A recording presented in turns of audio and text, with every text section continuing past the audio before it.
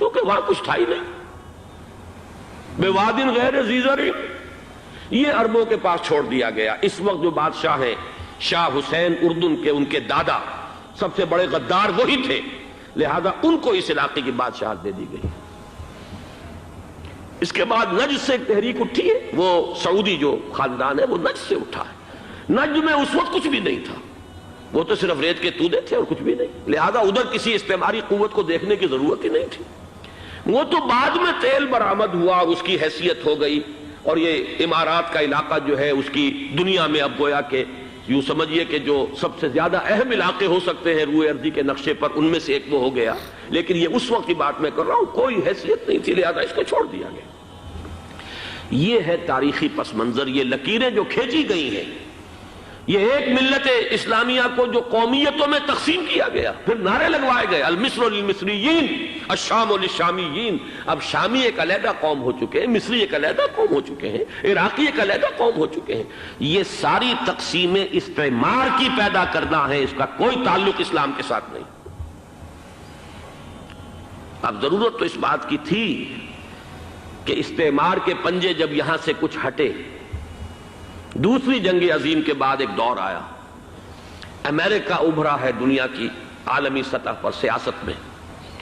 اس کے ہاں کچھ آزادی کے تصورات تھے، اس نے بھی سپورٹ کیا. برطانیہ کمزور ہو چکا تھا، وہ اتنے بڑے علاقے کو اب ہولڈ نہیں کر سکتا تھا. ہندوستان بھی آزاد ہوا، پھر یہ کہ اور دوسرے علاقوں سے بھی اس کو پسپائی اختیار کرنی پڑی. استعمار کے پنجے جس طرح بھی ہوئے، ان کے سینوں سے، عربوں کے سینوں سے جو ہے گویا کہ وہ ہٹے. لیکن امریکہ نے ایک اپنی بہت بڑی حکمت عملی جو اختیار کی، عالم عرب کے سینے میں اسرائیل کا خنجر پیوست کر دیا، تاکہ یہ کبھی آزاد نہ ہو جائیں، ہمارے انگوٹھے تلے رہے، ہماری پالیسی گورن کرے. یہ استعمار کا دوسری جنگ عظیم کے بعد، جہاں برطانوی استعمار، فرانسیسی استعمار رفتہ رفتہ یہ ہٹنے شروع ہوئے. صدر ناصر نے انگریزوں کو اٹھا کر پھینکا میڈیٹرینین میں اور دوسرے جگہوں سے. الجزائر نے آزادی حاصل کی فرانس سے، اطالویوں سے جو ہے لیبیا والوں نے آزادی حاصل کی. یہ ہو گیا، لیکن ایک خنجر پیوست کر دیا گیا اسرائیل کا سینہ عرب. اس صورتحال میں ظاہر بات ہے کہ ایک تو بڑی آئیڈیل پوزیشن تھی کہ پورا عالم اسلام متحد ہو، لیکن وہ تو بہت دور کا خواب معلوم ہوتا ہے. علامہ اقبال سے بڑا کوئی نقیب نہیں ہے ملت اسلامی کی وحدت کا. ایک ہو مسلم حرم کی پاسبانی کے لیے، نیل کے ساحل سے لے کر تا بخاک کاشغر. لیکن انہیں بھی اپنے لیکچرز میں کہنا پڑا اس وقت جو صورتحال ہے، پورے عالم اسلام کی ایک وحدت بن جانا تو تقریباً ناممکن نظر آ رہا ہے. اگر کسی طرح ایک common wealth of Muslim nations وجود میں آ جائے تو بھی بڑی کامیابی ہوگی. لیکن اس سے بھی پہلے یہ تو زیادہ آسان تھا کہ عالم عرب ایک وحدت کی شکل اختیار کر لے. یہ تو ایک قوم ہے، اکثر و بیشتر ایک نسل یا زیادہ دو نسلیں کہہ دیجئے. شمالی افریقہ میں بربر نسل بھی ہے، باقی تو سب عرب ہیں. یہ پورا عالم ایک نسل، ایک زبان، پورے اتنے رقبے کے اوپر بولے جانے والی ایک زبان، یہ تو ایک ہو جائے.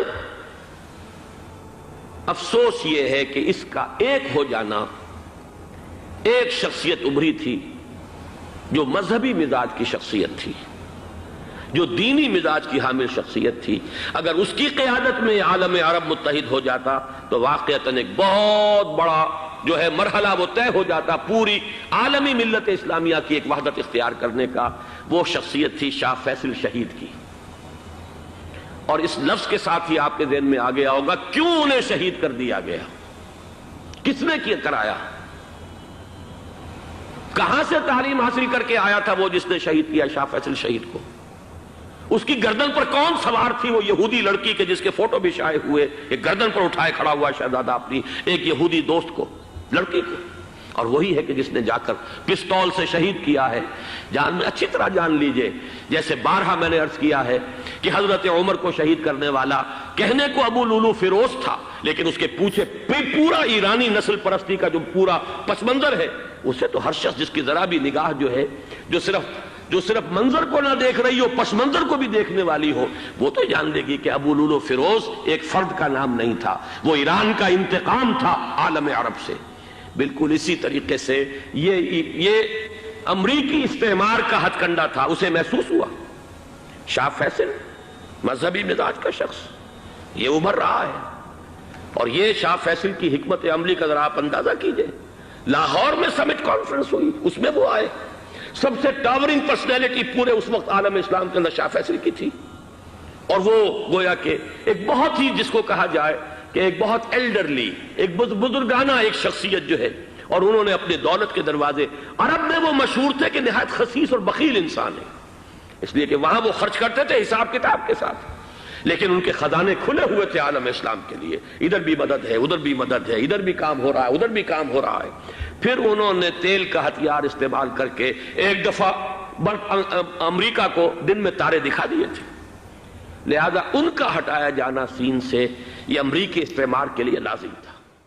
جی تو دوستو، یہ تھی آج کی ہماری ویڈیو، جو کہ ایک ضیاء ریکارڈ یوٹیوب چینل ہے وہاں سے لی گئی، اور یہ ڈاکٹر اسرار احمد صاحب کی وائس تھی، اور انہوں نے یہ اس میں ویڈیو میں یہ بتایا گیا کہ مسلمانوں کو توڑنے کے لیے کیا کیا کوششیں کی گئی، اور کس طرح خلافت عثمانیہ کا خاتمہ کیا گیا، کن سازشوں کی وجہ سے سلطنت عثمانیہ کا خاتمہ کیا گیا یا خلافت عثمانیہ کا خاتمہ کیا گیا، اور آپس میں سب کو ایک ایک قومیت میں بانٹ دیا گیا، حالانکہ اسلام میں سب مسلمان ہیں، سب ایک برابر ہیں۔